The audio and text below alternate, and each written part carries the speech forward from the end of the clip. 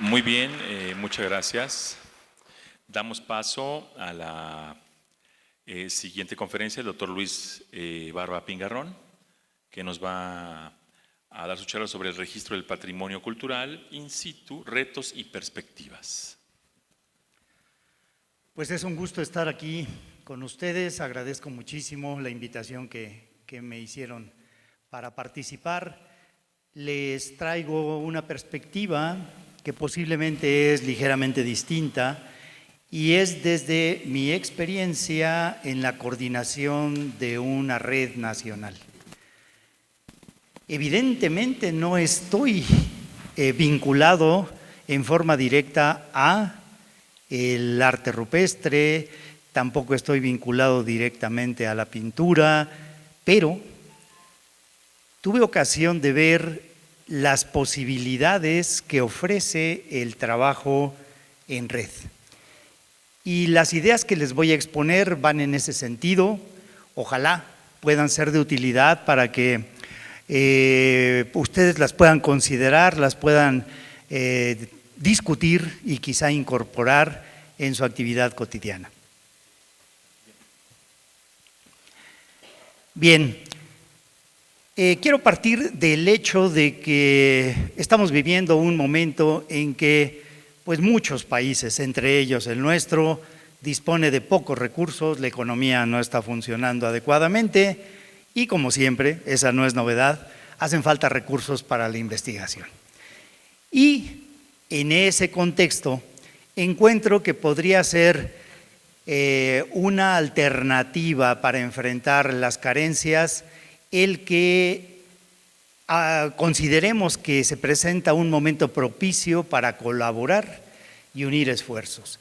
Si todos tenemos un poquito, a lo mejor juntando esos poquitos tendremos oportunidad de tener un corpus mayor que nos permita trabajar de mejor manera.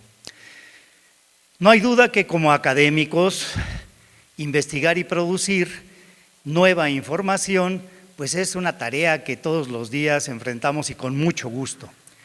Pero yo encuentro, como alguien esta mañana también mencionó, que todavía lo estamos haciendo de manera aislada y dispersa, lo que produce duplicidad, perdemos tiempo y evidentemente los recursos también los dilapidamos de alguna manera. Y pensaba yo en el hecho de que pues cuántas veces hemos estado todos en el caso de volver a tomar muestras que ya se habían tomado hace algún tiempo con otros objetivos posiblemente, por otros colegas, pero que esas muestras ya se tomaron de algún patrimonio, de alguno de las partes de nuestro patrimonio. Y esto sí nos habla, es solo un ejemplo entre muchos, de que nos falta coordinación y no está bien establecida la colaboración. Entonces, quizá esa sea una oportunidad de buscar alternativas para mejorar esa coordinación y esa colaboración. Trabajar en red es una de las alternativas que ya está funcionando en el mundo. De los ejemplos más a la mano que tengo son los colegas europeos. Ellos han construido muchas redes, muchas nacionales, pero hay estas dos grandes redes paneuropeas que han dado muestra de lo que se puede hacer cuando se alcanzan ciertos acuerdos ya a nivel nacional para estudiar y preservar el patrimonio cultural. Afortunadamente, y ha sido muy reciente, a través del ANSIC, nosotros como comunidad académica estamos vinculados a estas redes y tenemos posibilidades de participar, primero de manera más o menos marginal, pero si seguimos insistiendo posiblemente tendremos también una participación más activa en todos estos bases de datos que tienen Europa y en este campo en particular tienen una enorme información y desde luego en muchos de los grandes equipos instalados para estudios allá en Europa. Esta red que me tocó coordinar durante los últimos años inició esfuerzos encaminados a establecer protocolos mínimos de actuación que permitan al final, y posiblemente no de inmediato, pero que tomará algún tiempo, poder hacer comparables los resultados de estudios de materiales y de compartir los datos. Esto que parece sencillo, pues no lo es. Rodrigo ha trabajado mucho tiempo en la Obsidiana y nos dimos cuenta de que después de miles de datos, de miles de resultados analíticos, no los podíamos comparar porque se habían hecho con distintos equipos, en distintas condiciones, con patrones de referencia diferentes. Todo eso hacía que al final tuviéramos una enorme cantidad de información, pero que no era tan útil como debía haberlo sido si hubiéramos previsto desde un principio tener ciertos estándares mínimos para la adquisición de esos datos que al final nos permitieran hacer comparables los datos. Entonces, creo que se abre una buena oportunidad para tratar de ponernos de acuerdo en establecer protocolos mínimos de actuación que nos permitan al final que nuestros datos sean útiles, muy útiles, y no para nosotros solamente, sino para la gran comunidad de personas que se dedican a aspectos semejantes. Y esto tiene un camino más o menos evidente, que es construir bases de datos. Pero esa construcción de bases de datos, pues demanda de concentrar los datos en un formato preestablecido y que con una buena planeación desde el origen de la base de datos, al final nos permita hacer minería de datos, reconocer patrones, tendencias, mapas, que desde luego tendrían que repercutir en beneficio del estudio y la preservación del patrimonio y sobre todo del desarrollo de nuestras disciplinas. En este caso muy particular, esta que es una comunidad pequeña, que es una comunidad que está creciendo y que tiene oportunidad de ponerse de acuerdo. Ya cuando las comunidades son muy grandes y cuando se han acumulado muchísimos años de estudios y de información, el asunto es de otro tamaño. Pero me parece que es una buena oportunidad y por eso me atreví a comentarles estas ideas. Vamos una adelante, por favor.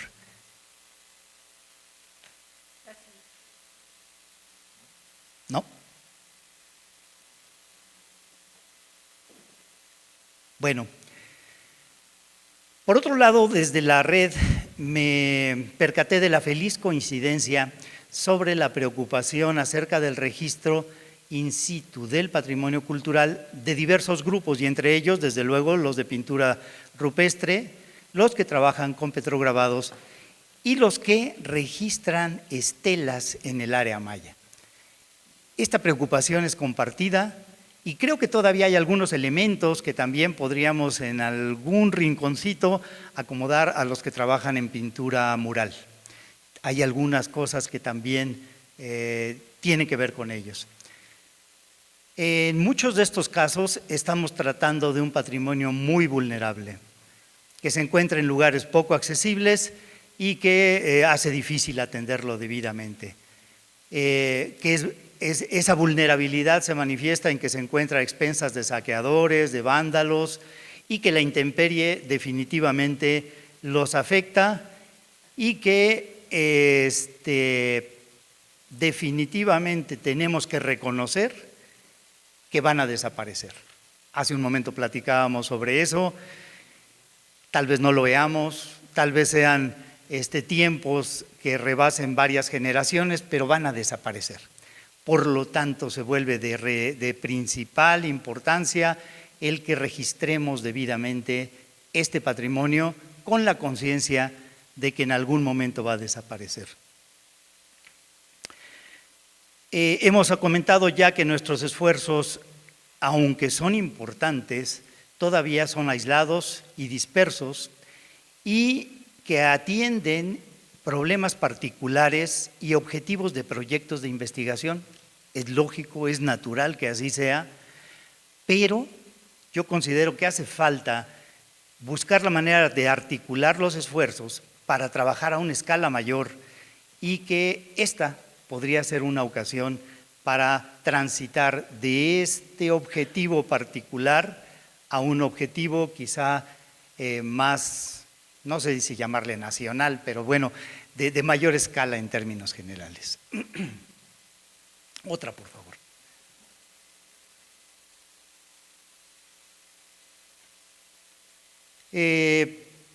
Esta mayor escala, teniendo, por ejemplo, bases de datos, nos daría oportunidad de comparar e interpretar de mejor manera símbolos a escala de regiones, en una escala diacrónica que fuera a lo largo del tiempo y acumular, bueno, mejor dicho, tener oportunidad de comparar registros que se han acumulado a lo largo del tiempo, y esto podría ser pues muy rico si pudiéramos incluir entre todos estos datos las características de la roca del sustrato, que creo que nos está haciendo falta.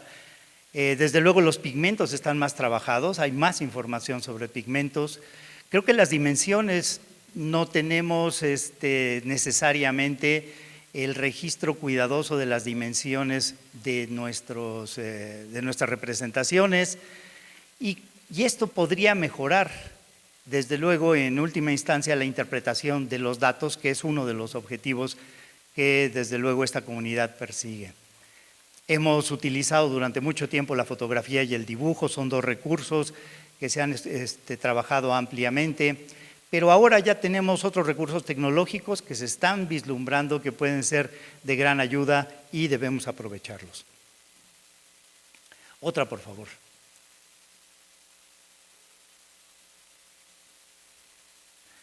Bueno, creo que también el dato de las coordenadas GPS de los lugares en donde están es un dato muy importante, porque es lo que nos va a permitir al final crear mapas de distribución y hacer regionalizaciones interesantes. Y claro, tenemos el riesgo de que estos datos puedan ser mal utilizados, por lo tanto habrá que tener garantizadas un acceso restringido.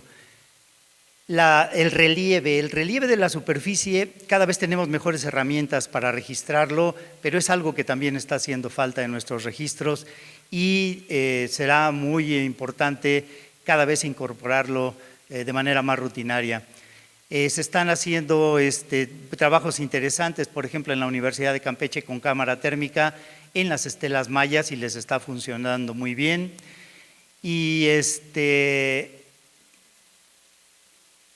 Y por ejemplo, casi todos los dibujos, casi todas las representaciones que tenemos publicadas, sobre todo en papel, pues estamos tratándolos como si fueran superficies planas, y esta parte también es algo que debemos empezar a transitar, incluyendo este registro del relieve para todas estas manifestaciones culturales. Otra, por favor.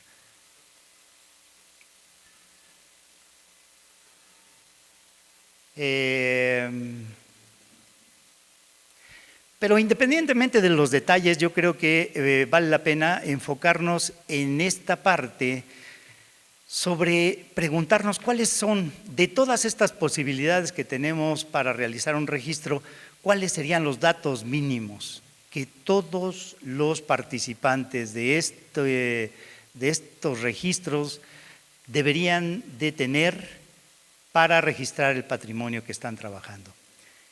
Creo que en un formato de mesas de trabajo para discutir qué hacer, cómo hacerlo, con qué hacerlo, sería recomendable buscar ocasiones, no en estas de exposición en donde nos enteramos muy bien de lo que estamos haciendo cada quien, sino ya en reuniones de trabajo para discutir aspectos muy específicos y llegar a acuerdos. Si se llegaran a acuerdos, sería fantástico para darle sustento a acciones que se pueden tomar en conjunto.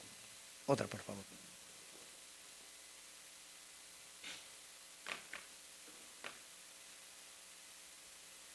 ¿Otra? Ya. Si llegamos a acordar cómo obtener y registrar los datos en el campo, en una ocasión posterior podríamos discutir el almacenamiento y el manejo de todos esos datos. Y es que en ese nivel ya necesitamos el apoyo decidido de nuestras instituciones, porque la infraestructura requerida rebasa el nivel personal y rebasa en mucho el nivel de recursos y de interés de un proyecto por sí mismo. Entonces, creo que estaríamos hablando ya de un momento en que nuestras instituciones deberían de apoyarnos ya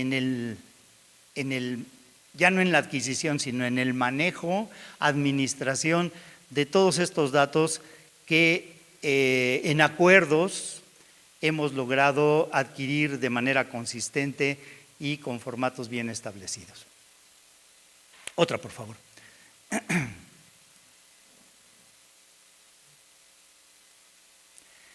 Bien, un caso reciente que vi en el LASMAC, que acaba de pasar hace unas semanas, fue la aparición de esta tecnología que se llama Reflectance Transformation Imaging, RTI la nombran, y los jóvenes en la ENA han estado experimentando todavía con piezas pequeñas, pero dado que es una tecnología de bajo costo, dado que obtiene un registro muy cuidadoso, detallado de las superficies, del relieve de la superficie, creo que deberíamos enfocar nuestra atención en ver si esta tecnología puede ser adaptada a superficies mayores como las que ustedes manejan. Ahí obtuve una pequeña imagen en donde por un lado tienen una fotografía normal en la parte inferior izquierda y en la parte superior derecha tienen ustedes lo que esta tecnología, que realmente es un registro fotográfico en múltiples posiciones, lo que cambia no es la iluminación de la superficie, sino la posición en donde se toman las fotos y luego, desde luego, un software de procesamiento que logra esto que les llaman modelos digitales 2.5D, que es un sombreado artificial con una reiluminación digital de la superficie del objeto. Solo lo traigo a colación por el hecho de que es una técnica que potencialmente podría ser de utilidad para nuestros propósitos. Otra, por favor. Rápidamente y para concluir les muestro algunos de los resultados que han obtenido con la termografía en el registro de las estelas en Campeche, y hay un proyecto piloto en Oxpemul, que es un sitio de reciente descubrimiento, de reciente trabajo, muy cerca de Calakmul. Y ahí se están haciendo varios proyectos, entre ellos este de el uso de la termografía. Otro, por favor.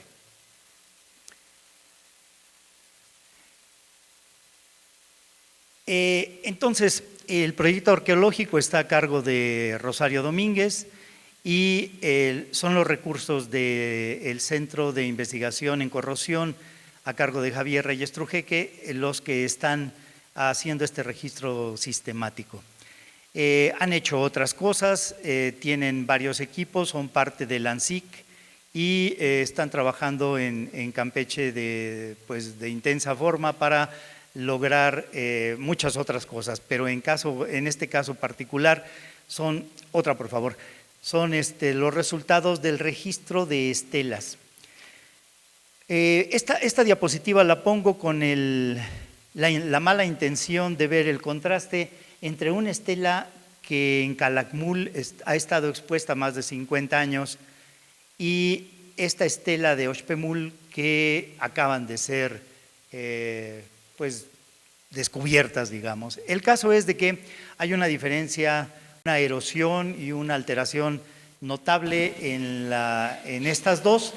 Casi estas serían extremos, pero hay varios grados y evidentemente No puedo asegurar que esto es debido a que se expuso y se abrió como zona arqueológica, seguramente ya tenía un proceso de deterioro muy avanzado, pero lo que sí nos va a permitir es ver un sitio arqueológico registrado en este momento con la tecnología de la que les estoy hablando.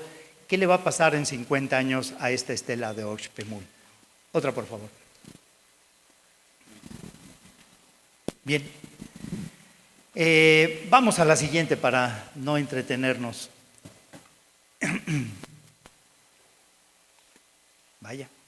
Bueno, entonces, una de las cosas que se ha podido observar es que la diferencia en la temperatura entre el área más profundamente grabada y el área más expuesta de un glifo, por ejemplo, es que se alcanzan a apreciar pequeñas diferencias que son décimas de grado centígrado y a veces hasta centésimas, y con esto se logran resaltar trazos que ya estaban perdidos. Por ejemplo, tenemos el registro en 2010, el registro en 2008 y el registro reciente en 2019.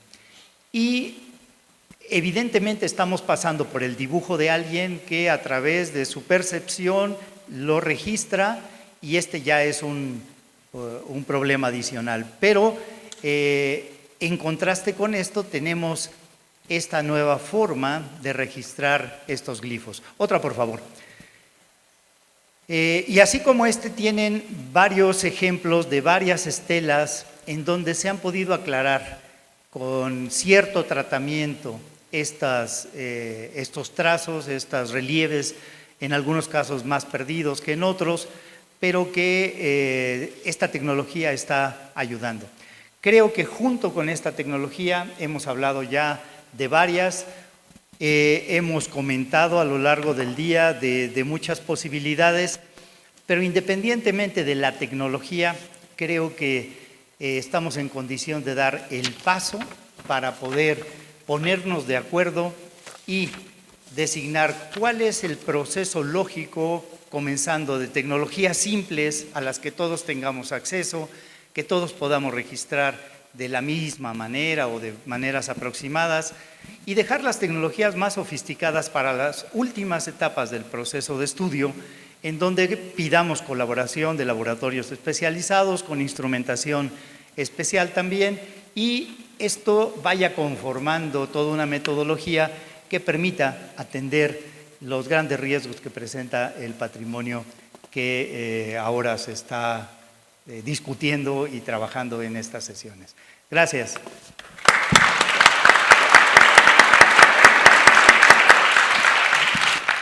Muy bien, muchas gracias, Luis. Vamos a dar paso a la siguiente ponencia de los doctores Rodrigo Esparza y Francisco Rodríguez Mota: el uso de drones para el registro arqueológico de petrograbados, el caso de la Presa de la Luz y el Saus de Cajigal.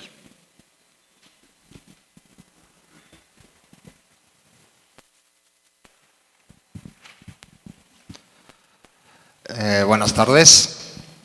Y para no entretenerme en la previa de agradecimientos a los organizadores del evento, que eso ya está por demás sabido, gracias.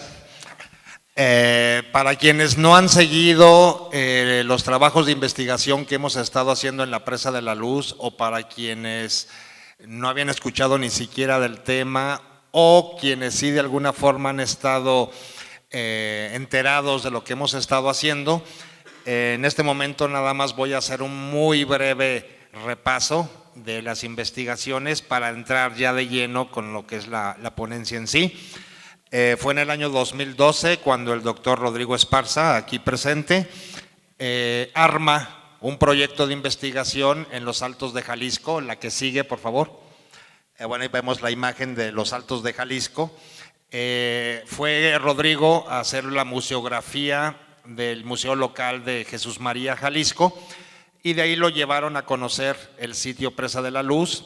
Rodrigo quedó impactado por la cantidad de petrograbados que conforman lo que conoceríamos después como el planchón principal, y dijo: vamos a hacer un proyecto de investigación aquí. La que sigue, por favor. En ese mapa, bueno, se puede ver obviamente dónde está Jesús María con respecto a Arandas. En amarillo allá la Presa de la Luz, que es donde hemos centrado la mayor parte del trabajo. Y no fue sino hasta principios de la nueva temporada de este año que empezamos a incursionar un poco en lo que es el municipio de Arandas, particularmente en el sitio Barranca de Razo. Regresando un poquito a la Presa de la Luz, la que sigue. Bueno, la Presa de la Luz hemos estado trabajando ininterrumpidamente desde el año 2012 a la fecha. Hasta el momento llevamos 4 temporadas bien de trabajo de campo. En un principio, toda la investigación se centró en llevar a cabo recorridos de superficie para ir registrando todos los petrograbados que continuamente están apareciendo. Y digo continuamente porque después de la temporada de lluvia se deslava el cerro y aparecen nuevos petrograbados por donde previamente ya habíamos caminado. La que sigue, por favor. La gran mayoría de los petrograbados que tenemos en la Presa de la Luz son geométricos, yo diría que el 98-99%. Hasta el momento solo tenemos 3 figuras antropomorfas, una de Lucy, le llamamos nosotros, una figurita femenina. Tenemos también una representación en petrograbado de un pie con sindactilia, tiene 4 dedos. Y en una de las temporadas más recientes apareció también una pequeña carita, estas, decir, como los que presentó Luis Alfonso, de 3 puntitos y el círculo.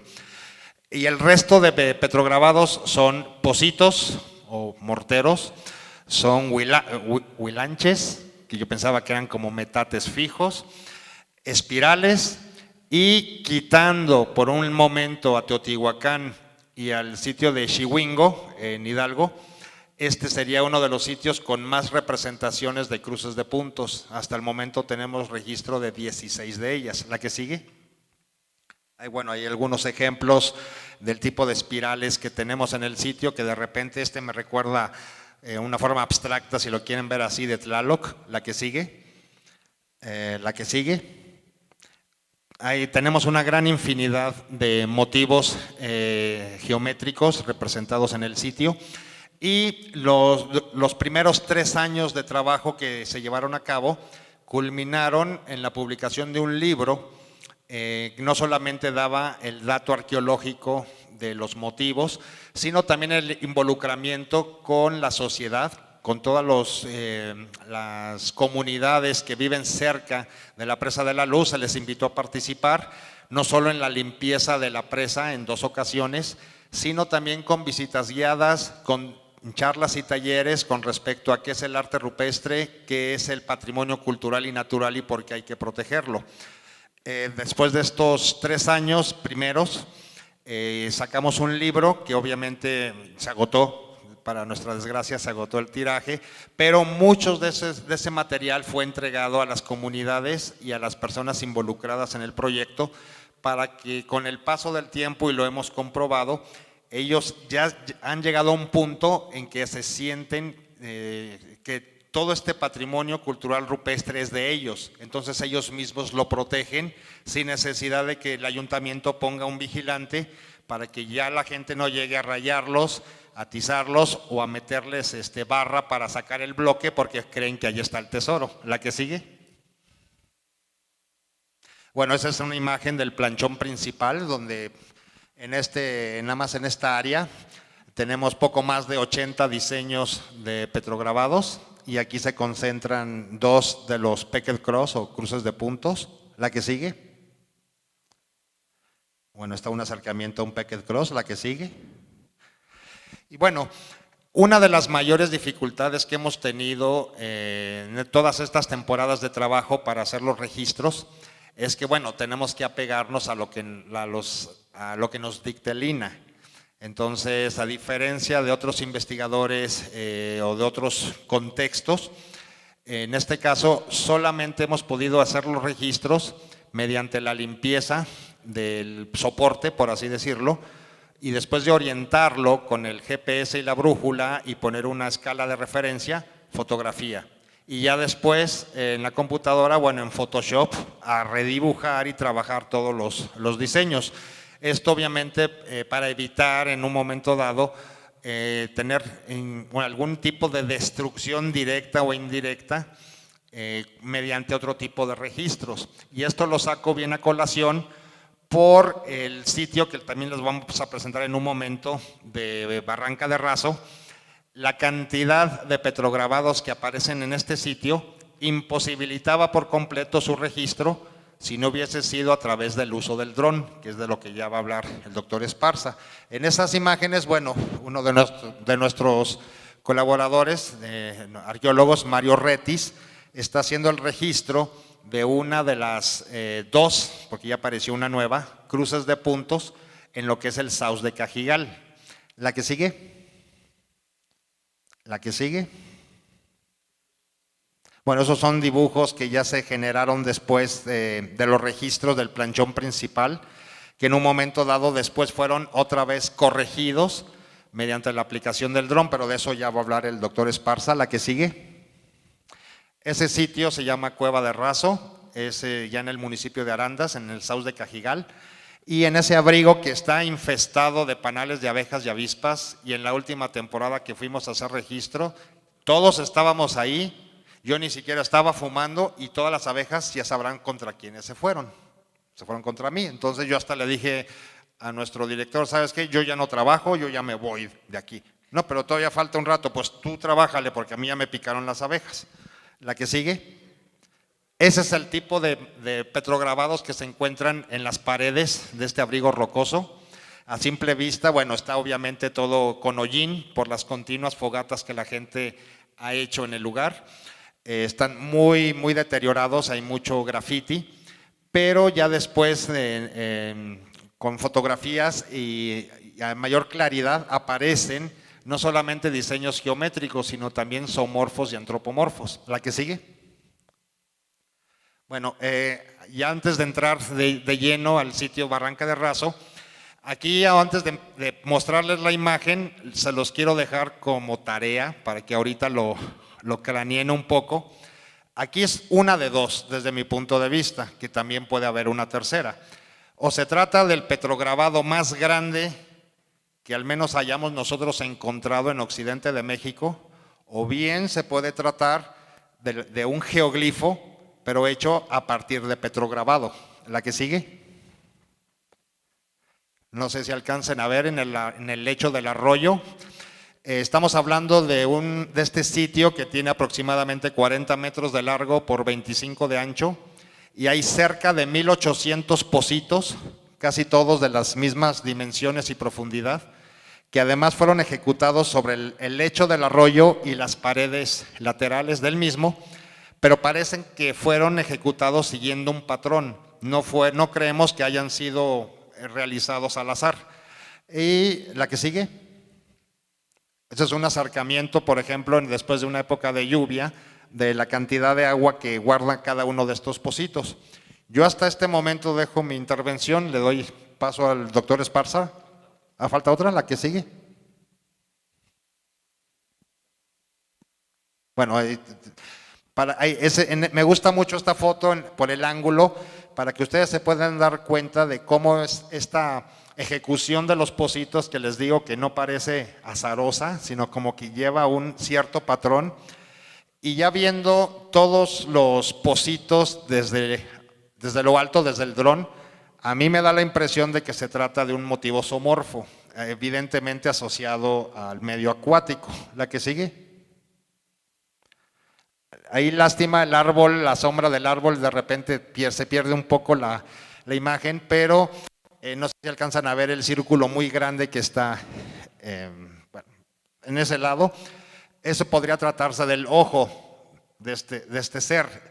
Y la línea que sobresale, como dividiendo el soporte en dos partes, podría ser las fauces o la lengua. Y el resto de los pocitos estarían haciendo las veces de las fauces del animal y del cuerpo, que es donde se extiende todo este o gran geoglifo o petrograbado gigante. ¿La que sigue? Como una referencia, el tipo del tamaño de las horadaciones con respecto a la horadación mayor que nosotros consideramos que se trata del ojo. ¿La que sigue? Y bueno, aquí le cedo la palabra al doctor Esparza. Gracias.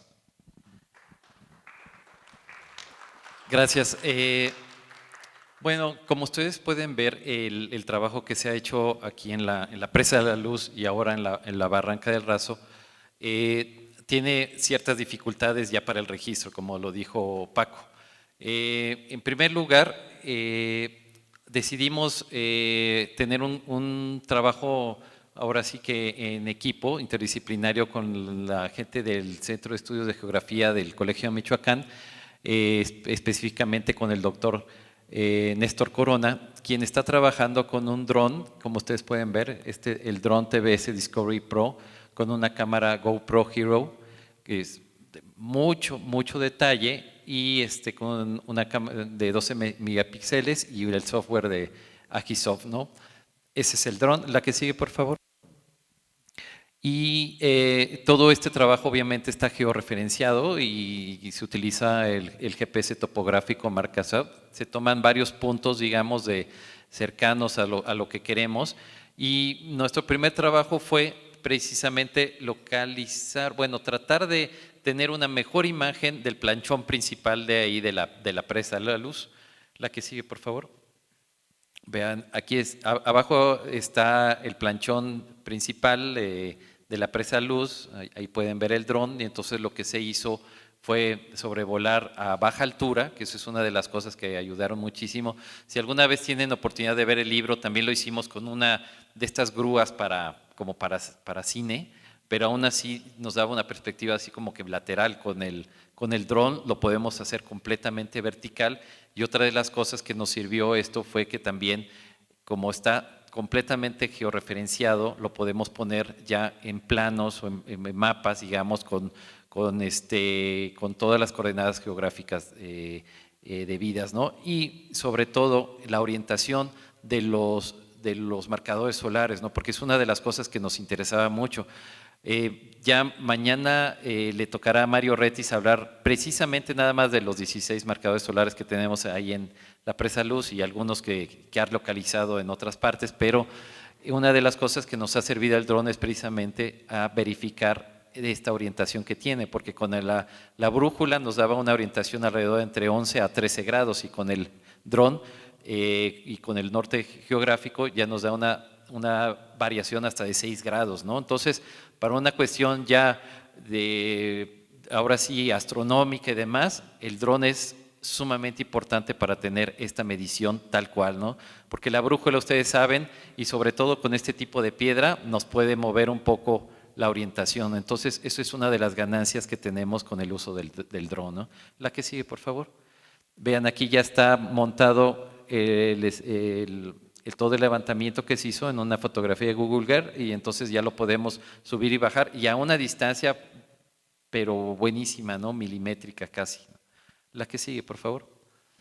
Y bueno, y la otra parte que se hizo fue en la Barranca de Raso, que también fue un trabajo, pues que llevamos ocho personas para trabajar en el lugar. Y apenas alcanzamos, porque bueno, primero lo que se hizo fue una limpieza, que no fue cosa fácil, ¿no? Porque había caído mucha hojarasca en el lugar, y parte de los pocitos todavía estaban cubiertos por una capa de humus, ¿no? Entonces se tuvo que hacer una limpieza general, se marcaron también algunos puntos para el GPS, por ahí salen, y después se hizo el levantamiento a través del dron, ¿no? Que también se trabajó ahí. ¿La que sigue? Vean, aquí está el doctor Néstor Corona, allá atrás está Mario Retis, están sobrevolando el dron, que el trabajo se llevó básicamente en un día, ¿no? Entonces no fue mucho tiempo que se llevó. Lo que sí nos llevó tiempo fue precisamente hacer la limpieza, y sobre todo, bueno, que aparte fuera un día claro, que no hubiera tanta sombra, y sobre todo que no hubiera tanto aire, ¿no? Para el movimiento del dron. Entonces se hizo este levantamiento, la que sigue. Y esto es ya el levantamiento que se hizo con el dron. De hecho es prácticamente es una fotogrametría también, que puede tener relieves y demás. Y lo que se hizo fue ya con un programa de cómputo de checar precisamente en dónde estaba cada uno de los puntos, Y la que sigue es la versión que tenemos de esto, que como dice Paco, no sabemos qué es exactamente, pero para eso también venimos, para que nos ayuden a descifrarlo. La que sigue, vean. Todo lo que está marcado son cada uno de los pocitos.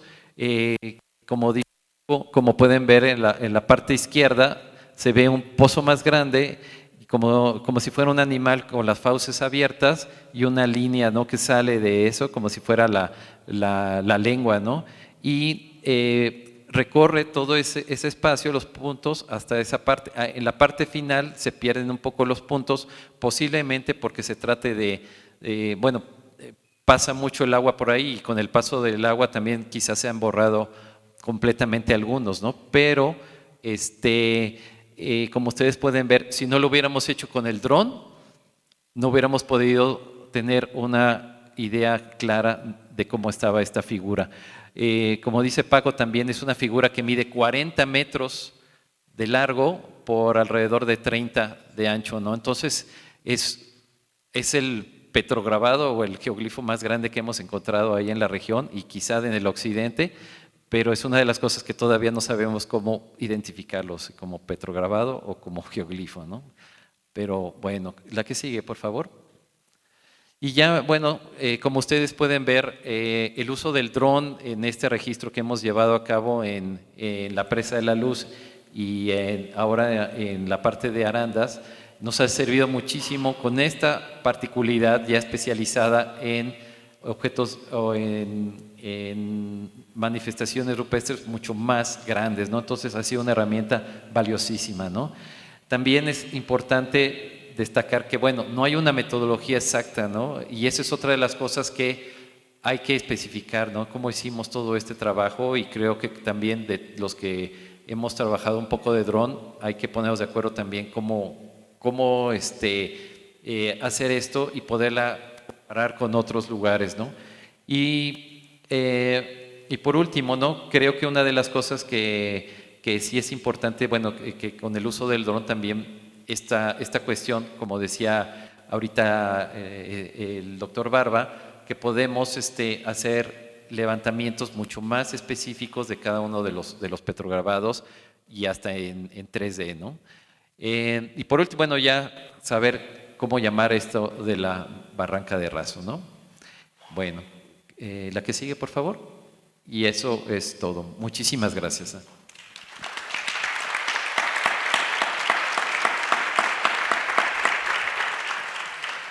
Muchísimas gracias, muy interesante, de verdad. Y damos paso a la última charla de la tarde, presentada por la arqueóloga María Magdalena García Espino, que también pues, es organizadora de este evento, y nos va a compartir su charla hacia un modelo de documentación del arte rupestre. Por favor.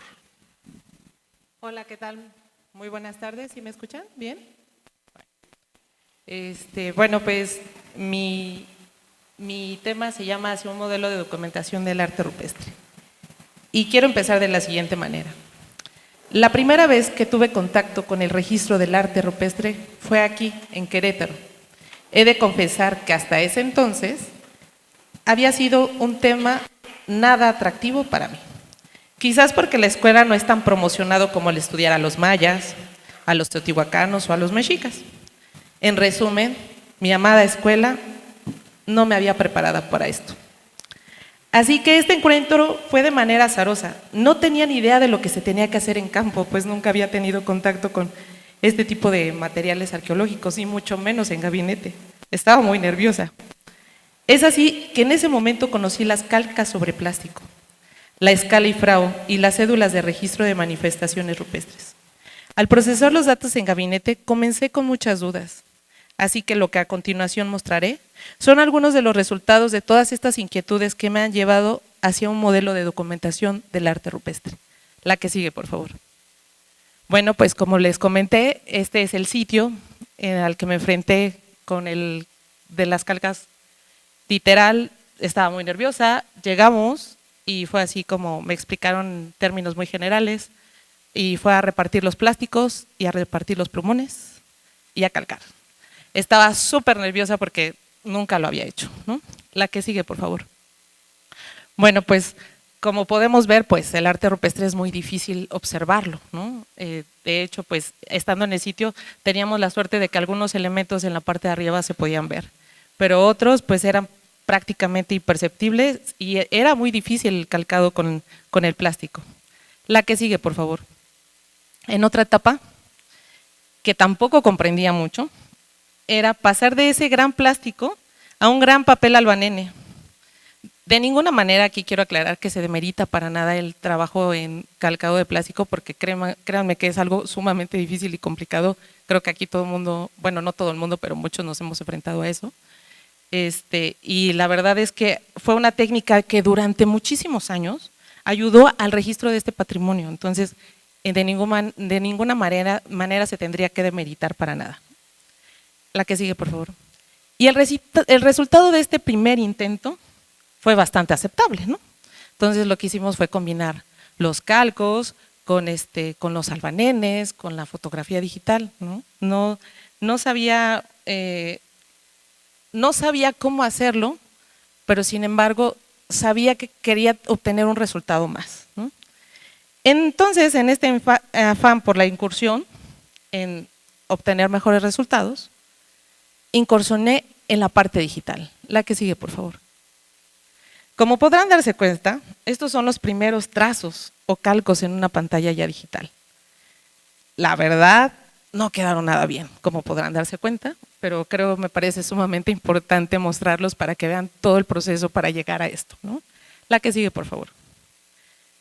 Estos eran los tipos de cortes que podíamos hacer, eran sencillos como lo seguimos haciendo, pero sin embargo quería más, ¿no? Mi inquietud iba más, era una ambición como seguir y seguir y seguir, ¿no?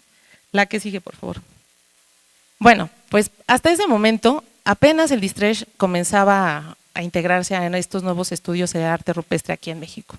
Entonces, pues creo que para todos es un antes y un después de la aparición del Distress en nuestras vidas y con el Distress, ¿no? Nada volverá a ser igual, ¿no? Bueno, entonces, la que sigue, por favor. Seguimos avanzando, seguimos perfeccionándolo, pero aún seguía todavía con estas inquietudes de vamos bien, pero no me encanta, ¿no? Vamos bien. La que sigue, por favor. Entonces, después de todos estos intentos y estar viendo, por estar mejorando esta parte del registro, me puse a investigar, bueno, pues, ¿qué es lo que tendríamos que hacer? Tenía demasiadas inquietudes. Entonces empecé a buscar toda esta parte conceptual que necesitaba para aterrizar mucho mejor todas estas inquietudes y todas estas ideas que volaban en mi cabeza. Entonces es cuando llego a la documentación. Entonces aquí ya parto como a la parte un poquito más seria, ¿verdad? Ya no. Y les voy a comentar qué es la documentación. En primera instancia es necesario aclarar la diferencia entre registro y documentación. Registrar un bien representa la primera labor para que se le otorgue la categoría de patrimonial.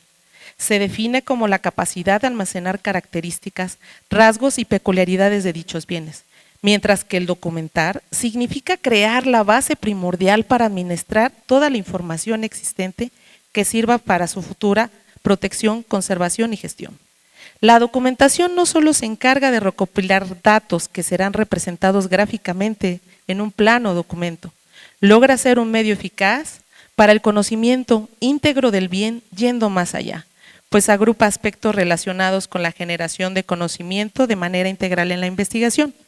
La documentación es la acción más eficiente que el investigador puede efectuar para el estudio y gestión patrimonial, la conservación, la difusión y su debida protección.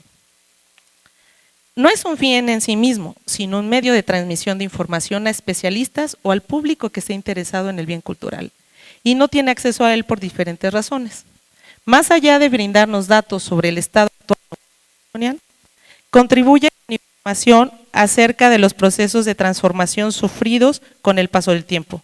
Documentar es identificar, analizar morfológicamente y dimensionalmente, además de entender y representar los valores espaciales y geométricos específicos, transformar en un instrumento primordial del investigador. Dentro de la disciplina arqueológica, la documentación es definida como la obtención de información particular de manera sistemática, en un momento específico de algún objeto, edificio, material arqueológico o manifestaciones culturales que permiten comprender su estado actual a través de un acervo visual. Cada uno de sus procesos debería de entenderse como un conjunto de contenidos impredecibles para comprender la relación directa entre la toma de datos in situ y el resultado final. Por lo tanto, es necesario especificar cuál ha sido el procedimiento llevado a cabo a la hora de documentar con los materiales utilizados de manera detallada y organizada. Por lo tanto, la obtención de datos presupone una serie de características que debe de reunir un proyecto documental integral: pertinencia, totalidad, exactitud, claridad y tener un uso definido y eficiente que permitirá llevar a cabo un plan conveniente en la etapa documental.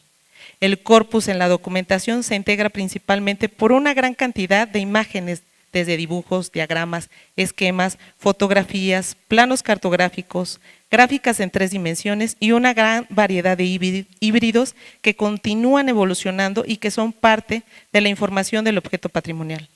El dibujo documental fue y continúa siendo una herramienta de interpretación arqueológica que requiere de una estructura para ser entendida por otros, como un levantamiento geométrico con orden y relación entre los diferentes elementos. Es necesario establecer una correspondencia entre la abstracción y la realidad. Así, por ejemplo, una forma lineal puede representar una roca, una textura o un sedimento. Con dicha correspondencia se elabora un proceso de análisis y síntesis, y de ahí la importancia de la precisión y la intención consciente del levantamiento. En caso contrario, estaremos deformando la realidad del contexto estudiado. En los últimos años, con el avance tecnológico y el desarrollo de nuevas metodologías apoyadas en teorías de la imagen, los registros gráficos de la documentación no se han limitado solo a los dibujos o a la fotografía. También se han apoyado del registro químico, el levantamiento en 3 dimensiones, la fotogrametría, aplicación con tecnología LIDAR, realidad virtual, para citar algunas. Cabe destacar que estas aplicaciones han fortalecido el registro de la evidencia arqueológica y con ello a la disciplina misma, por lo cual es primordial interés su adecuada ejecución para establecer explicaciones a partir de ellos, ya que el comprender la técnica permite aplicarla a los propósitos de nuestra investigación y evita el riesgo de otorgar mayor valor a los instrumentos tecnológicos utilizados que al contenido que aporta realmente la documentación. Por lo tanto, el plan de documentación y su puesta en práctica debe ser integral con diferentes enfoques vinculados a nuevas líneas de investigación y a la divulgación en diferentes ámbitos. A lo largo del tiempo se han desarrollado diferentes propuestas para su registro gráfico y en los últimos años del estudio del arte rupestre se han realizado avances significativos en torno a dichas manifestaciones. Es así como a partir de esquemas cada vez más sofisticados se han transformado los trazos iniciales con los que fueron registrados para incorporar fotografías y técnicas digitales como la captura de paneles en 3D, microfotografía, microscopía electrónica, rayos X, entre otros, reafirmando la capacidad primaria del entendimiento visual. A pesar de todos los avances significativos que se han generado y la aplicación de nuevas tecnologías de estudio, estas manifestaciones gráficas en muchos casos ha carecido de una metodología con los requisitos mínimos para documentar estas expresiones culturales y garantizar un registro adecuado y objetivo. Probablemente este desinterés se deba a que en la evolución del estudio del arte rupestre ha prevalecido una notable preferencia por estudiar su significado. De ahí que solo en algunas y pocas ocasiones se menciona y se da énfasis en el registro. No obstante, no debería de perderse de vista que es primordial para la investigación la fase de recopilación de la información para un posterior análisis a través de la sistematización de su documentación. Bueno, la que siga, por favor. Entonces, como ya tenía ahora toda la parte del concepto de lo que es la documentación y que me di cuenta que era algo como mucho más integral, que no solo era ir a hacer tomas fotográficas, dibujos, sino implicaba algo mucho más, pensar en un proceso mucho más global. Es así como empezamos a desarrollar un proceso documental, es un proceso documental básico, pero para mí es de suma importancia porque estamos desde la fase del diagnóstico, tenemos nuestro diagnóstico. ¿El diagnóstico para qué nos va a servir? El diagnóstico nos va a servir para conocer el caso, Es decir, ¿a qué nos vamos a enfrentar? Tenemos la parte de la estrategia, tenemos que tener una planeación con una estrategia definida, saber los recursos con los que contamos, porque podríamos decir que queremos hacer escaneos en 3D, pero si no contamos con un escáner en 3D, ¿qué vamos a hacer? ¿Vamos a permitir que este patrimonio constantemente se está perdiendo día con día? ¿Lo vamos a permitir? Bueno. Después tenemos la fase de campo. En el campo tenemos la parte del dibujo. No me refiero solo al dibujo solamente con el escalímetro y las hojas del papel milimétrico, sino pues puede ser desde un levantamiento en dron, parte como de microfotografía, etcétera. Las notas técnicas. Tenemos también la parte de, no se ve bien, las fotos generales, fotos de detalle, pero también nos interesaba, porque de las cosas que empezamos a ver, es que el contexto es muy importante. Por eso el arte rupestre se plasma en ese tipo de contextos tan maravillosos, ¿no? En gabinete que tenemos la parte de la edición fotográfica, de ahí partimos hacia los esquemas, ya este dibujo que ya pasó un proceso digital. Tenemos a la recuperación de los gráficos y a los análisis de la imagen. Y al final tenemos los productos. ¿Los productos cuáles pueden ser? Pueden ser desde mapas, infografías, esquemáticos, planos, alzados, restituciones, ortofotos, etcétera. La que sigue, por favor. Bueno, entonces, en nuestro proyecto de documentación básico general, tenemos desde la definición del proyecto documental, que va desde los objetivos, las estrategias, metas, toda la metodología, hasta llegar a la gestión de la información, porque, bueno, ya recuperamos toda esa información, ahora, ¿qué vamos a hacer con ella? Hay que analizarla.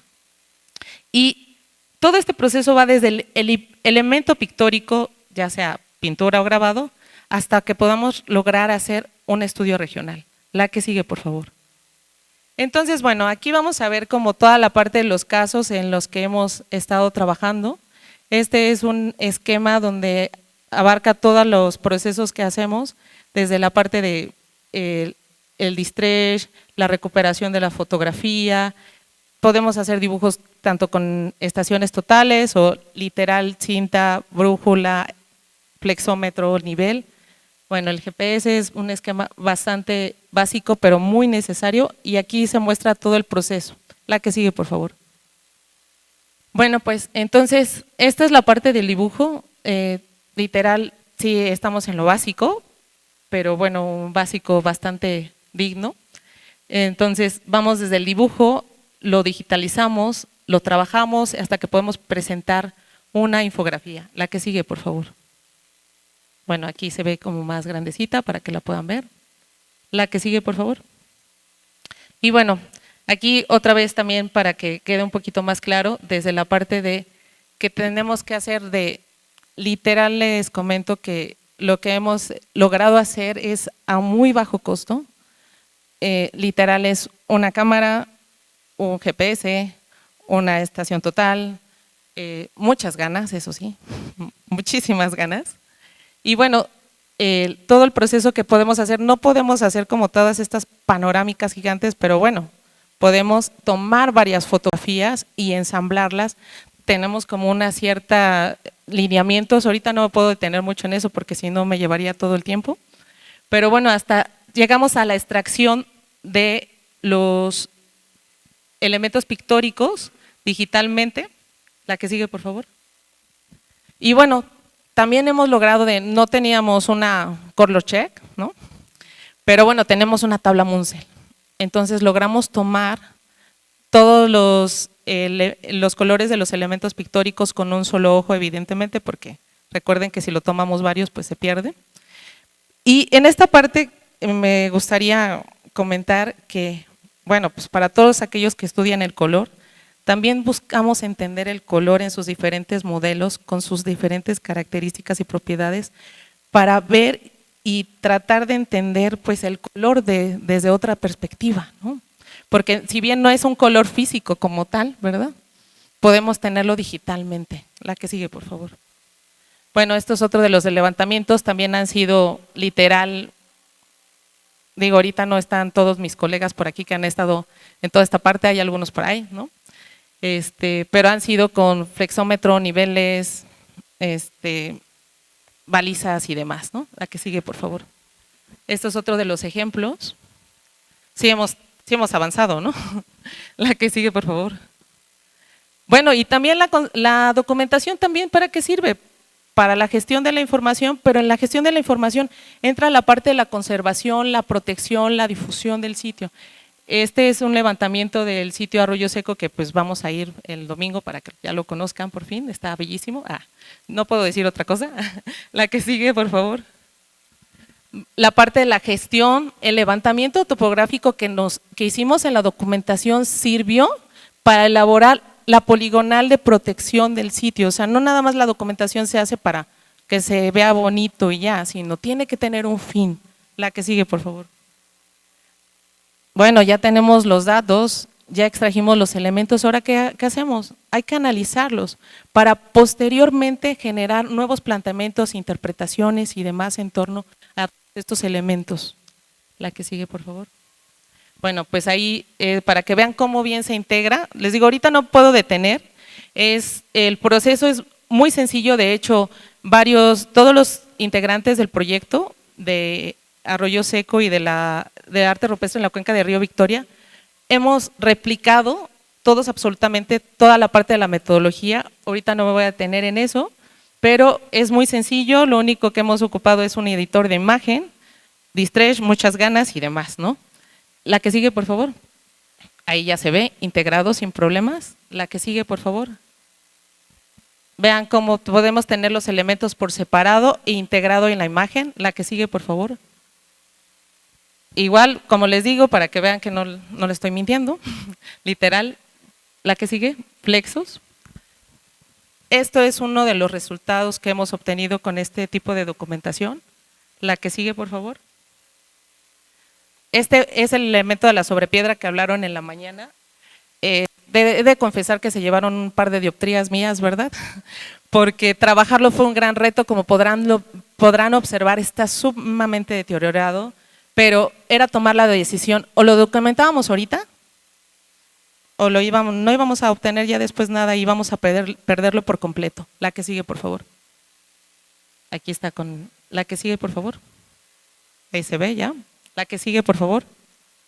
Estas otras son un par de infografías. La que sigue. Este es el calco que se logró. La que sigue. Este es un calco de España, entonces lo que quería era que vieran la comparación es una metodología sumamente sencilla, súper básica, pero hemos logrado llegar a este tipo de resultados con una super nanotecnología que no nos da la vida pues para eso. La que sigue, por favor. Bueno, también hemos incursionado en la parte del petrograbado porque pues también nos hemos enfrentado al petrograbado y ya voy a concluir, no se preocupen. Hoy en día existe una escasa reflexión para implementar modelos de documentación y gestión de este bien patrimonial, lo cual ha propiciado poco rigor en su registro y reproducción, restándole importancia. Estamos conscientes, y esto lo resalto, que cada trabajo de documentación del patrimonio rupestre responde a diferentes enfoques con los que dependen objetivos y finalidades de cada proyecto documental. Por lo tanto, los métodos y equipos que se empleen tendrán que adecuarse a los propósitos deseados y a las precisiones preestablecidas. Actualmente no es admisible justificar que no puede realizarse una documentación del patrimonio rupestre porque no existen los suficientes recursos económicos o técnicas óptimas para su registro, que solo especialistas de otras disciplinas pueden ejecutar. Se cree erróneamente que a mayor tecnología con la que se realice el trabajo documental, serán mejores los resultados, a lo que nosotros afirmaríamos, el mejor trabajo dependerá directamente del objetivo, fin y habilidad de quien lo efectúe, y no precisamente de los instrumentos empleados o técnicas empleadas. Resulta complicado estandarizar procesos de registro documental, ya que tendríamos que homogeneizar las condiciones en todos los proyectos. Es importante trabajar en la formulación de metodologías, protocolos y esquemas generales mínimos para la documentación del arte rupestre dentro de la práctica arqueológica en México y analizarlos entre la comunidad científica para fortalecer los procesos de gestión y salvaguardar este bien patrimonial. Consideramos que para el estudio y la protección del arte rupestre es indispensable crear estrategias de documentación que contemplen un adecuado registro, pues la investigación se fundamenta sobre esto, convirtiéndolo en un documento histórico, incidiendo directamente en la gestión para su preservación, conservación y conocimiento. En tanto, resulta medular que no se le otorga a las diversas técnicas ni a las nuevas tecnologías la finalidad de la investigación arqueológica, es decir, tener como siempre un equilibrio, ya que nuestra labor es interpretar a las sociedades del pasado a través de sus evidencias materiales y es a través del registro y la documentación donde podemos recuperar dicha información. Es así que estos instrumentos deben considerarse como un medio que mejora invaluablemente la obtención de los datos para lograr el fin, es decir, el conocimiento de los grupos que crearon el arte rupestre. Y con la siguiente finalizo. Por favor, la siguiente. Bueno, pues cuando les hablo de que hemos podido replicar el sistema, porque ya tenemos un sistema súper establecido, este es un conjunto de un sitio hermoso que se llama el Tepoztlán, lo hizo uno de mis colegas que no está aquí presente, pero para que vean la calidad a la que hemos podido llegar con tan pocos recursos, con muchas ganas, y eso sí, lo que también es importante es decirles que estamos en esta etapa plana y quizás podría considerarse como básica, pero el entender la imagen conceptual y técnicamente nos va a posibilitar entrar a la tridimensionalidad a bajos costos. Muchas gracias.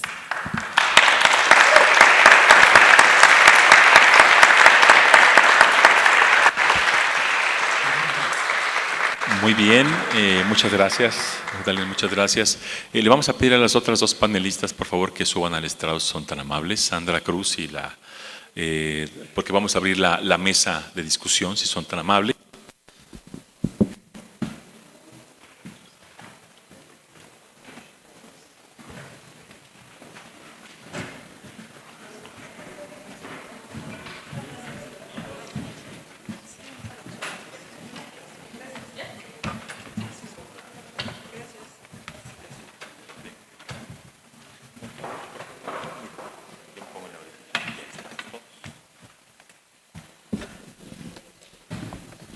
Muy bien, pues abrimos los micrófonos, por favor, para las preguntas a los ponentes, si son tan amables. O comentarios. Señorita, al doctor, por favor, allá atrás, por favor.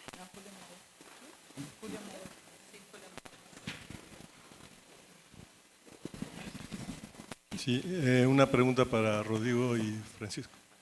Sí, una pregunta para Rodrigo y Francisco, porque ahora que vi las imágenes del petrograbado inmenso de Pocillos, me parecía como muy claro que siguen los escurrimientos del agua.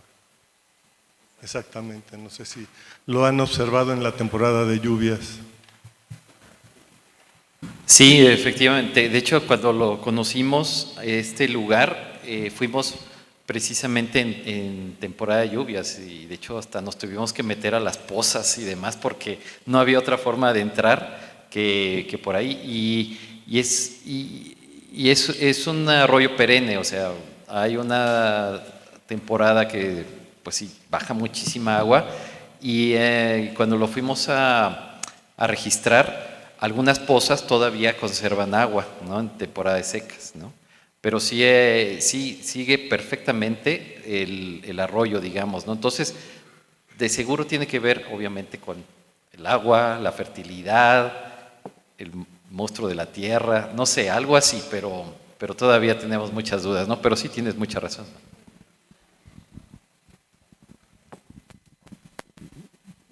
Por favor. Perdón, después el profesor. Buenas tardes, Humberto Stevens. Dentro de la cueva donde están las pinturas rupestres y por medio de las fogatas que han hecho el O-Ring, ¿han ustedes determinado cómo poder limpiar ahí adentro para seguir estudiando? Bueno, ya la parte de limpieza no lo hemos tocado porque, bueno, no, a esa parte se lo quisiéramos dejar a los expertos, a los conservadores y demás acá presentes, porque no queremos hacer un daño. Sin embargo, lo que sí se puede ver, o sea, no es necesario quitar todo eso, Jim, para poder ver, como decía Paco, o sea, se puede hacer un registro sin ningún problema.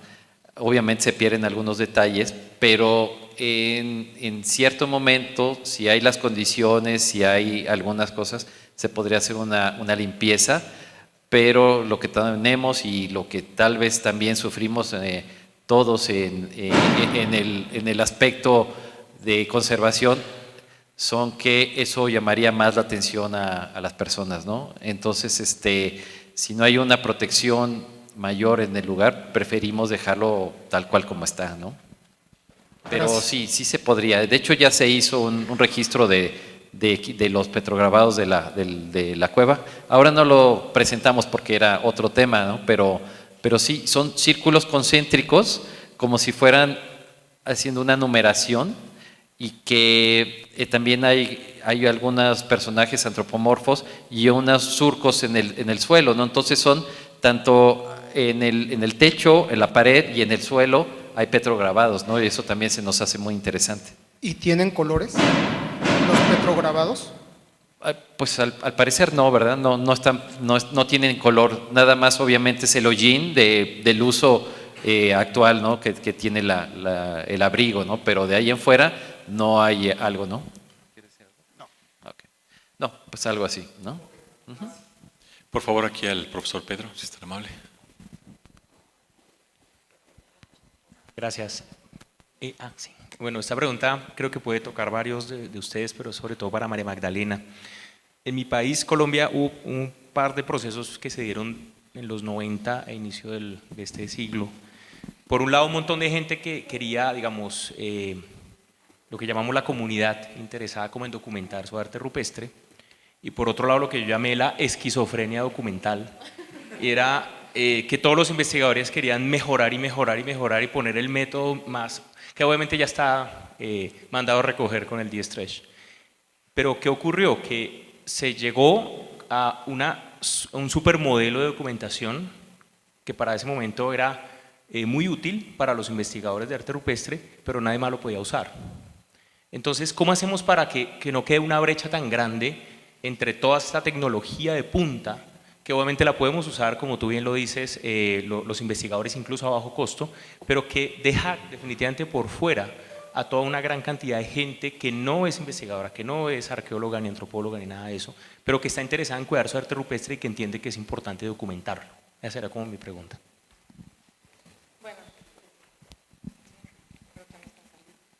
Bueno, sí. Mira, la verdad, sinceramente no es nada complicado. Literal, digo, cuando yo siempre hablo como de un software de edición de imagen es por no quererle poner un nombre, ¿no? En nuestro caso utilizamos el Photoshop. El Photoshop es algo muy sencillo de utilizar. Claro, necesita una capacitación, tampoco es de que uno va y abre el Photoshop y ya. O sea, sí hay que entender como ciertas cosas, hay que entender de píxeles, hay que entender de imagen. En el proyecto, pues la verdad es que a todos los integrantes del proyecto se les ha estado capacitando así como yo les mostré, así como todo mi procesito o sea, tuve muchos errores también en el camino, probé de muchas formas hasta llegar a esta forma que me parecía como la más adecuada, no complicada. Y no solo eso, también lo que hemos hecho, de hecho ¿sí fue el año pasado, Carlos, que fuimos a San Luis? ¿O Ches? Ayúdame, ¿qué año fuimos? ¿Hace 2? Bueno, hace 2 años fuimos a dar un taller a la Universidad de San Luis. Carlos y yo fuimos a dar el taller, sobre todo a los estudiantes, porque como lo decía Rocío, que anda por acá, pues cuando estás en la escuela, pues nunca te enseñan como estas cosas a las que te vas a enfrentar y que llegas así como, híjole, ¿y ahora qué hago? ¿No? Entonces es replicar este sistema. De hecho, Ches, bueno, sí lo puedo decir, Ches, de que lo has estado también como replicando en algunos sitios que él ha estado trabajando. Y la idea es compartirlo, que no se quede como en el tintero y que se quede de, pues sí, qué buena onda, bien por ti, pero ¿cómo le hacemos los demás, no? Entonces no es nada complicado. De hecho, sí estoy trabajando en poder sacar pues no como un manual de receta de cocina, porque aunque cada sitio es completamente diferente, no todos los sitios son iguales, ni tienen todas las complicaciones. De hecho, creo que a todos nos pasa que cuando llegamos a un sitio, lo recorremos, lo vemos y decimos, sí, estas cosas, volvemos a ir y encontramos otras cosas, ¿no? O sea, y así sucesivamente, ¿no? Ahora te puedo decir que un elemento pictórico pues lo hago en un par de minutos. O sea, ya es muy rápido, cuando en un inicio pues me tardaba 1 hora, ¿no? Entonces, también ha sido como con base a la experiencia que hemos logrado esto, y la idea es estarlo replicando, compartiendo.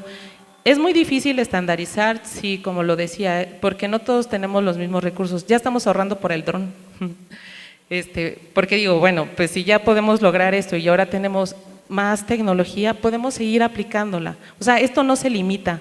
El modelo puede ser tan flexible que se puede ir integrando más y más elementos.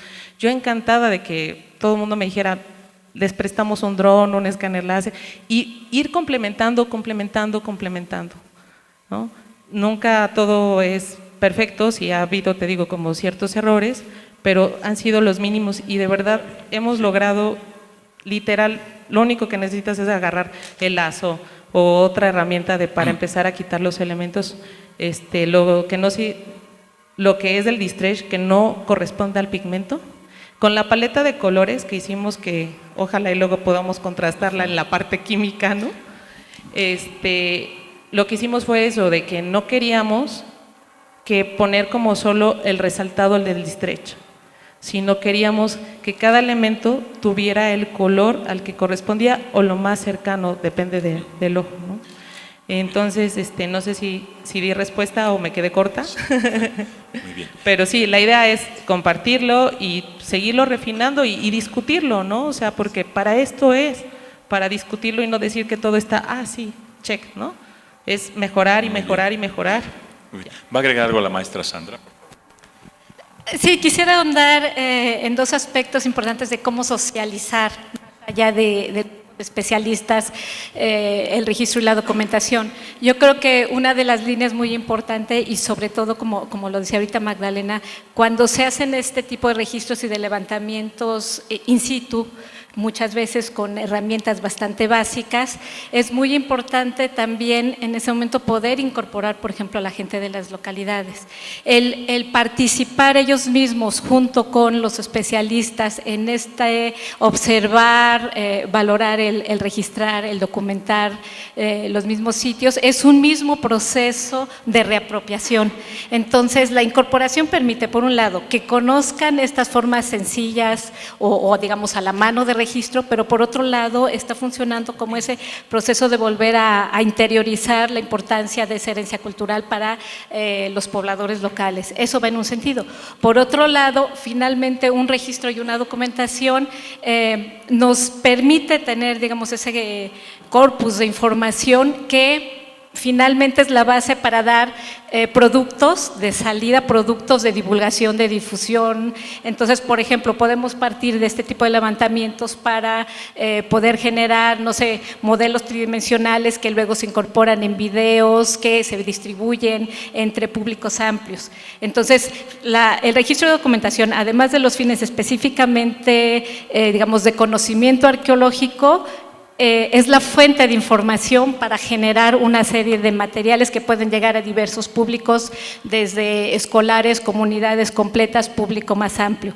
Y la incorporación en los mismos procesos, pues también está siendo una forma de poder, digamos, consolidar y estrechar los lazos sociales de la gente con ese patrimonio. Entonces, bueno, creo que hay muchas aristas y muchas formas de enfocar cómo ampliar, cómo socializar los registros y documentación arqueológica. Sí, nada más allá atrás, nada más voy a contestar tantito algo.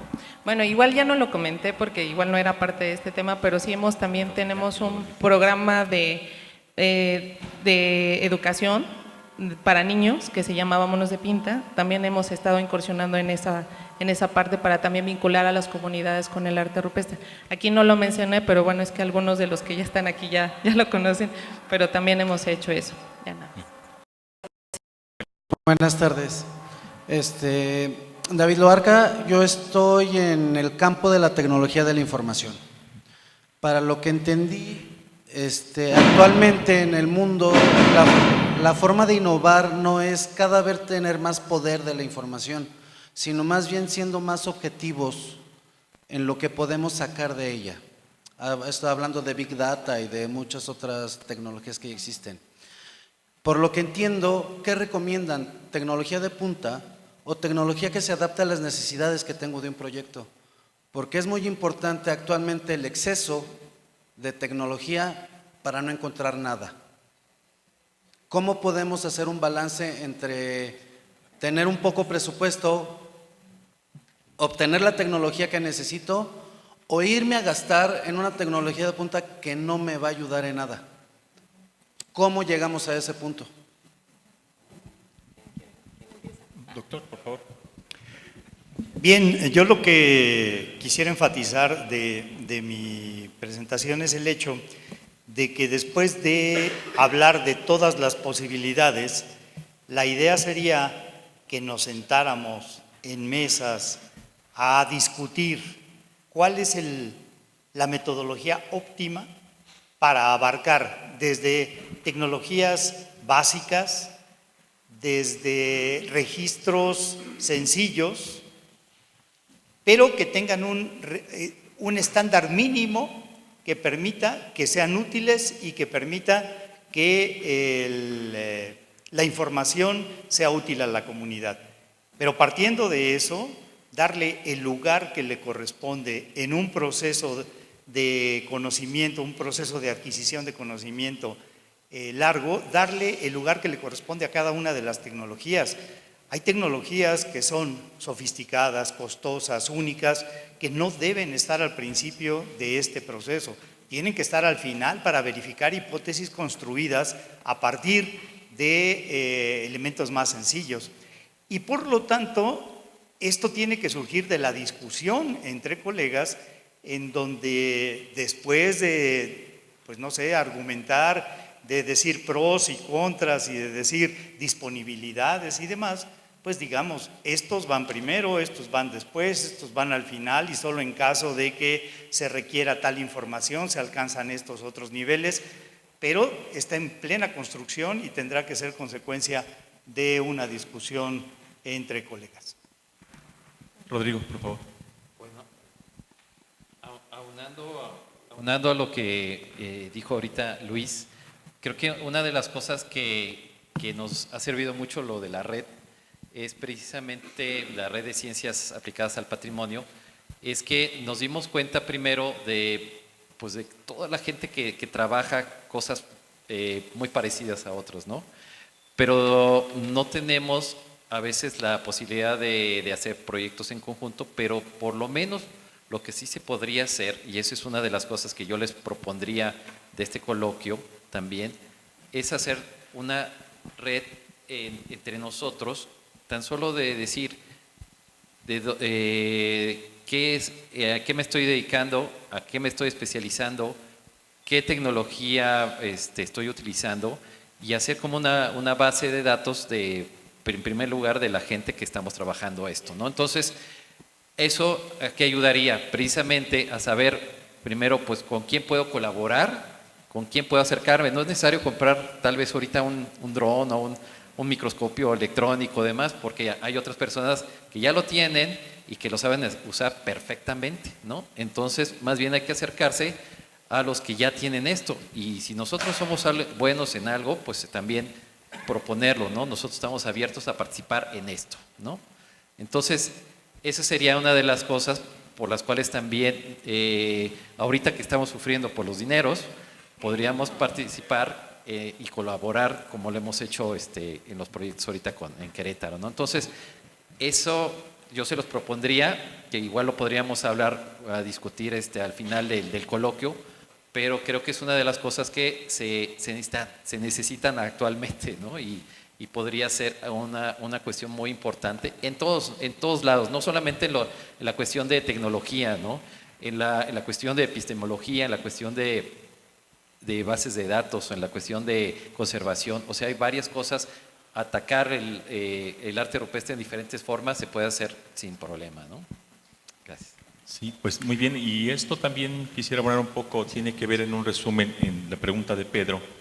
Creo yo, desde el sistema del Colombia, cuando se generó la apropiación social al conocimiento y cómo transmitirlo en diferentes niveles, desde la parte más básica de los infantes hasta los profesionales, ¿no? En diferentes ámbitos. Si no mal recuerdo, hay un proyecto muy planteado, muy formal, impresionante y tiene que ver con unos sistemas que ya tenemos desarrollo y en donde muchos de nosotros o muchos de estos nuestros grupos, en nuestras instituciones, con muchos colegas, ya tenemos inclusive esa formación y lo estamos haciendo con los talleres, con una generación de videos, de transmitirlo. Ahora uno encuentra hasta cierto tipo de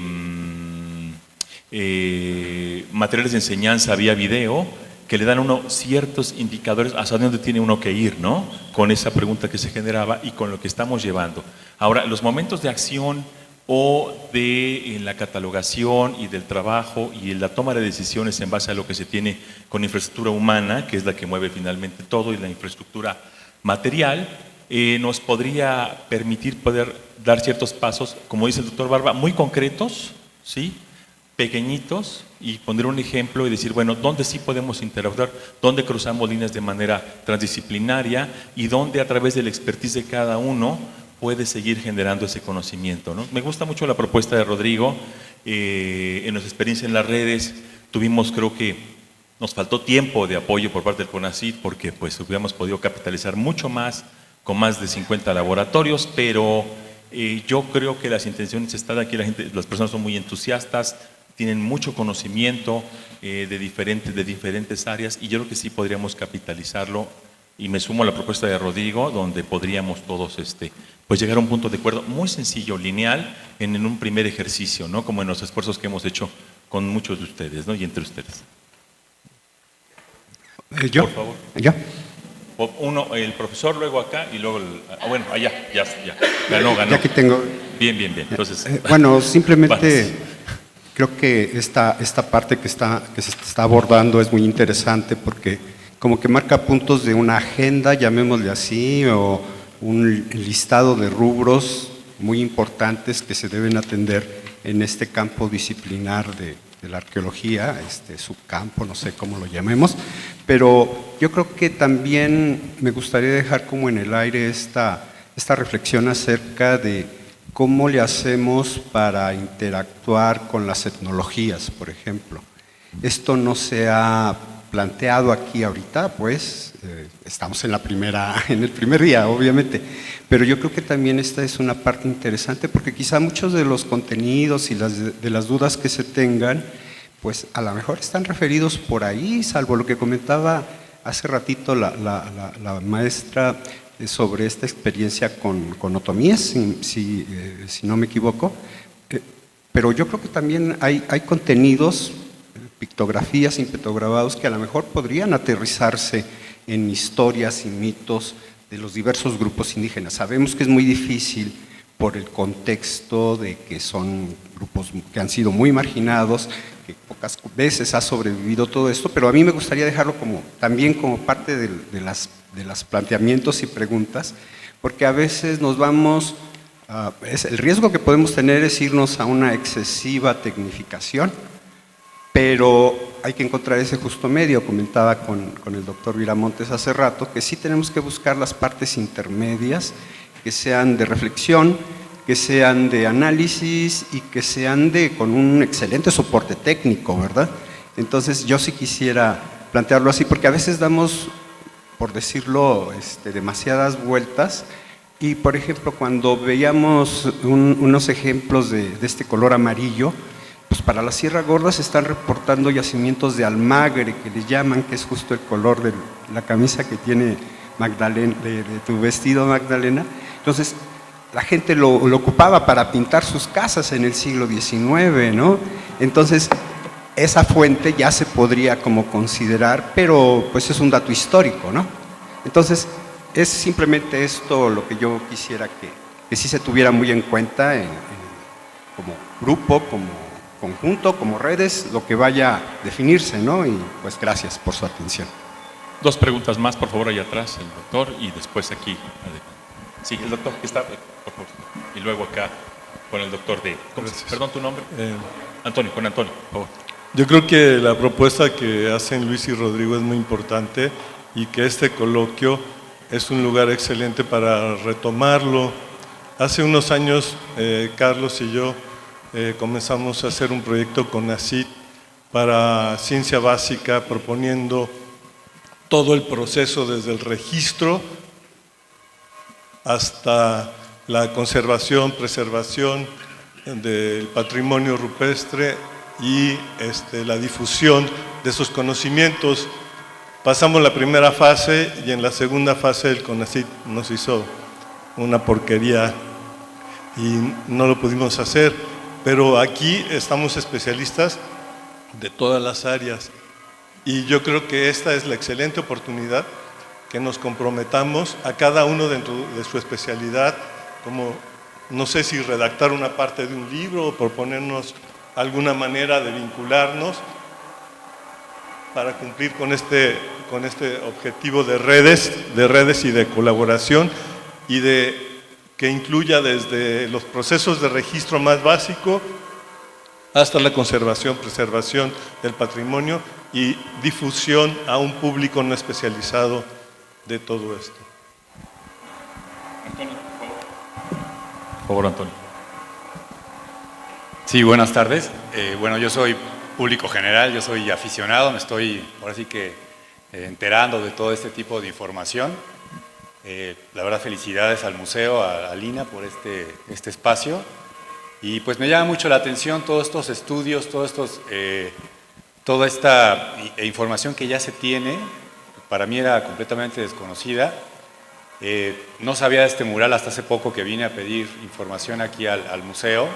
Me llama la atención que existan caballos y que todo esto de las pinturas rupestres, pues bueno, ¿a dónde se llega? ¿No? ¿A dónde se llega si hay una unificación de información que al final arroje cuál es el origen de todas estas antiguas civilizaciones en México, ¿no? Ese por un lado, y por otro me llama la atención que en Europa, en Cantabria, ya se tenga pues todo un modelo de estudio y que no se replique aquí en México, ¿no? Que no se repliquen dentro de instituciones internacionales y que a su vez también cómo se mantienen ese tipo de lugares y de zonas, cómo son autosustentables, ¿no? Que también creo que es un modelo que pudiera replicarse aquí en México, de buscar que todas estas zonas donde se encuentran estos vestigios, donde se encuentran estas representaciones sean autosustentables, ¿no? Y que al final sea algo que para las comunidades pues represente un ingreso, ¿no? También. No sé si las propiedades sean ejidos, sean propiedad privada, ranchos, en fin, y que cuál es en ese sentido la participación del instituto para impulsar ese tipo de trámites o cómo se gestiona, ¿no? Y qué tanto se invita al público, a la iniciativa privada a participar en este tipo de hallazgos, pues para aportar ya sea económicamente o bien resguardos que se puedan hacer en estas zonas, pues para darle todavía más vista de ser autosustentables, ¿no? Porque a veces como que veo que hay un tema de recursos que se menciona mucho y pues es entendible, pero ¿dónde está la iniciativa privada? ¿Dónde participa en este tipo de eventos, no? Digo, hasta ahí creo que me quedo. ¿Alguien quisiera contestar esa pregunta? Yo. Sí se oye, ¿verdad? Bueno, definitivamente el trabajo mexicano es extraordinario. O sea, yo presenté el tema de Cantabria porque ese es un patrimonio pues, que está inscrito en la lista de Patrimonio Mundial como la región de Baja California o Teotihuacán o los lugares de este tipo que han pasado por evaluaciones muy altas y que es donde se muestra más esa colisión de intereses, pero son lugares pequeños y donde, digamos, pensemos en Teotihuacán. O sea, en Teotihuacán se enfrentan muchísimos intereses de muchísimo tipo en todos los niveles, tanto en todos los niveles de gobierno como en la población y los grupos poblacionales que participan de la riqueza económica que trae algo como ese gran patrimonio que es Teotihuacán. Entonces, yo creo que en gran medida los arqueólogos o la mayoría de los arqueólogos en México tienen ese pulso de tocar, de estar situados en su tiempo y lugar, ¿no? En ese tiempo y lugar saben que hay como esta evaluación local en donde dices tanto de tal valor y tanto de tal otro valor, ¿no? O sea, tanto de conservación y tanto de posibilidad de atención a la necesidad local de recibir recursos. Yo creo que muchas regiones reciben recursos de la visita. Entonces, cierto, o sea, no, los modelos, también los modelos en México son muchos y muy importantes y muy interesantes. Los modelos de intervención y de cómo se vinculan, diversos. Yo solamente presenté uno, no creo que sea tampoco el modelo general para Europa. Algunas regiones, ¿no? Las Coche, Chauvet, algunas de estas 18 cuevas que puse tienen ciertos modelos de acercamiento. Ahí, lo que sucede es que ahí la cueva se tuvo que cerrar, tenía 170,000 visitantes al año. La cueva es un ecosistema. Al interior de la cueva hay muchísimas variables que intervienen, físicas, biológicas, químicas, que están modificando el entorno y son variables que están interactuando y que modifican la cueva, y que la cuantía de visita de 170,000 personas al año estaba deteriorando tremendamente. Entonces, como les dije, hay ciertos regímenes que restringen mucho y otro, entonces, pero ante esa restricción hubo una violenta demanda de decir, oiga, pues me quita mi único recurso de riqueza, y entonces, pues yo creo que la respuesta fue creativa, muy bonita la respuesta de la región, y creo que puede ser modelo para algunos lugares sin demeritar los muchos modelos que hay en este país, ¿no? Que son interesantes y que hay que estudiar individualmente. Muy bien, pues hemos llegado al tiempo límite. Muchas gracias, agradecemos la presencia de todos. Buenas tardes.